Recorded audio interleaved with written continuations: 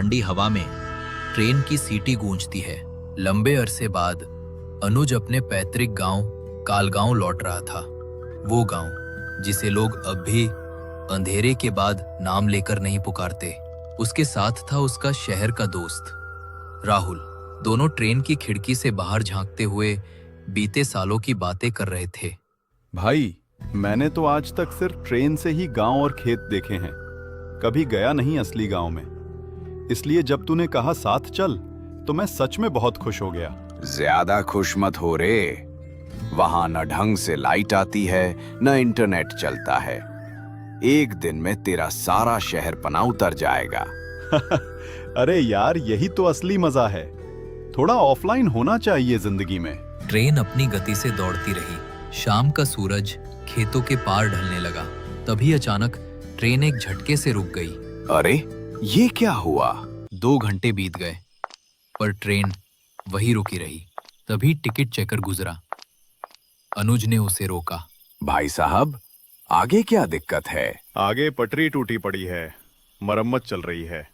कम से कम 6 घंटे की देरी होगी। 6 घंटे, यानी अब गांव पहुंचते पहुंचते आधी रात होनी तय थी। ट्रेन धीरे धीरे रात के सन्नाटे में गांव के पास वाले स्टेशन पर रुकी। रात का 1 बजा था। चल उतरते हैं। कहीं सवारी मिल जाए तो ठीक, नहीं तो पैदल निकलते हैं। स्टेशन सुनसान पड़ा था। सिर्फ एक पुरानी चाय की दुकान जलती दिखाई दी। दोनों उसी तरफ बढ़े। भैया, 2 कप चाय बना दोगे? हाँ, बैठिए, बनाता हूँ। चाय की भाप के साथ हवा में मिट्टी की महक घुल रही थी। दोनों ने चाय पी और उठने लगे। तभी चाय वाले ने पुकारा, भैया, मेरी बात मानो। इस वक्त कालगांव मत जाओ। रात में वहां एक नर पिशाच का साया घूमता है। जो भी बाहर निकलता है वो लौट कर नहीं आता। क्या कह रहे हो भैया? अरे छोड़ो यार, शहर में मैं रात के 3-3 बजे तक घूमता हूँ, कभी कुछ नहीं हुआ। ये सब गांव वालों की डराने की बातें हैं। राहुल नहीं माना। दोनों ने चाय वाले की चेतावनी को अनसुना कर दिया और अंधेरी सड़क की ओर चल पड़े। रास्ता लंबा था, इसलिए अनुज ने कहा, चल राहुल, इस पगडंडी से चलते हैं। शॉर्टकट है, जल्दी गांव पहुंच जाएंगे। रास्ता संकरा था। चारों ओर पेड़ों की परछाइयां ऐसे झूल रही थी जैसे कोई उन्हें देख रहा हो। अनुज आगे आगे चल रहा था, राहुल पीछे। कभी कभी अनुज मुड़कर देख लेता और दोनों के बीच हल्की बातचीत होती रहती। राहुल, अंधेरे से डर नहीं लग रहा? नहीं रे, तू है ना आगे। कुछ देर बाद अनुज को एहसास हुआ कि पीछे से कोई जवाब नहीं आ रहा। वो रुका, पीछे देखा। राहुल वहां नहीं था। राहुल, कहाँ गया तू? शायद पेशाब करने रुका होगा। वो धीरे धीरे राहुल को पुकारता रहा, लेकिन सन्नाटा ही जवाब देता रहा। हवा में सरसराहट थी और झींगुरों की आवाज अब कुछ ज्यादा डरावनी लगने लगी थी। अनुज अब तेजी से गांव की ओर बढ़ने लगा, किसी से मदद लेने के लिए।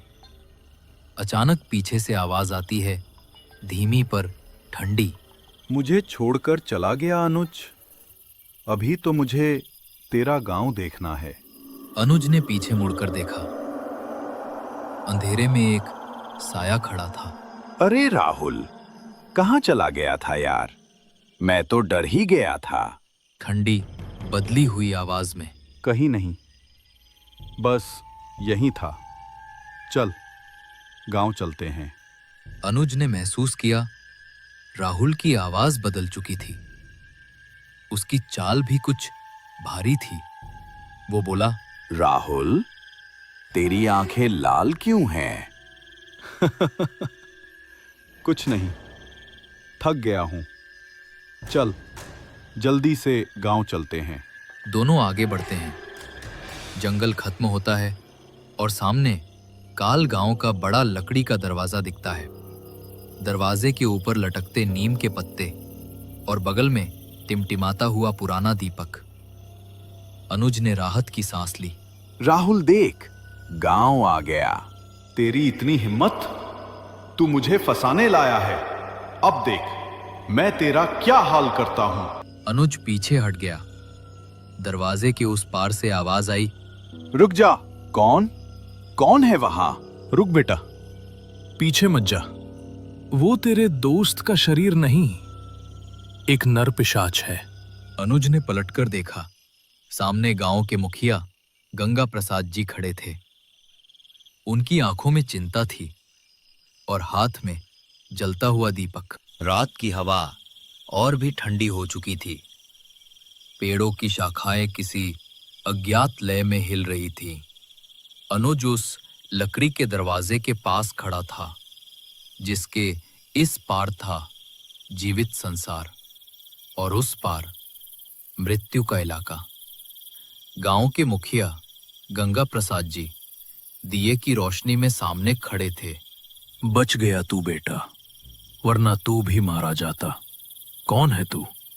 मुखिया जी, मैं अनुज हूं, रामपाल जी का बेटा।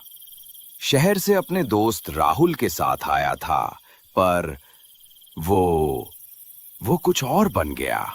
मुखिया जी की आंखों में गहरी चिंता उतर आई। उन्होंने दिए की लौ ऊंची की और बोले, मर गया तेरा दोस्त बेटा। जो सामने है वो राहुल नहीं, वो एक नर पिशाच है। तेरे दोस्त ने अपनी जान देकर तुझे बचाया है। इस दरवाजे को हमने मंत्रों से बांध रखा है, इसलिए वो इसके भीतर नहीं आ सकता। नर पिशाच? लेकिन वो तो मुझसे बात कर रहा था, वो तो रो भी रहा है। अनुज ने देखा, दरवाजे के उस पार राहुल खड़ा था। उसकी आंखों से आंसू बह रहे थे, पर चेहरा अब इंसान का नहीं रहा था।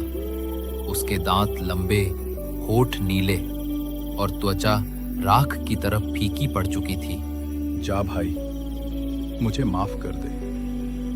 जो मैं तुझे रात को यहां तक ले आया, हम वहीं रुक जाते तो शायद मैं भी बच जाता। अनुज की आंखों से आंसू बहने लगे। वो कांपती आवाज में बोला, नहीं राहुल, ऐसा मत बोल। मैं तुझे यहां से निकाल लूंगा, मैं वादा करता हूं। वादा? आज तो इसने तुझे बचा लिया अनुज, पर याद रख, कभी ना कभी मैं लौटूंगा और तेरा खून पीकर तेरा अंत कर दूंगा, जैसे मैंने इसका किया है। राहुल की चीखों के साथ अंधेरा और गहरा हो गया। एक तेज हवा चली और वो साया वही जमीन पर गिर पड़ा। मुखिया जी ने अनुज का हाथ पकड़ा। चल बेटा, सुबह होने पर इसकी लाश लेंगे। अभी यहां रुकना मौत को बुलाना है।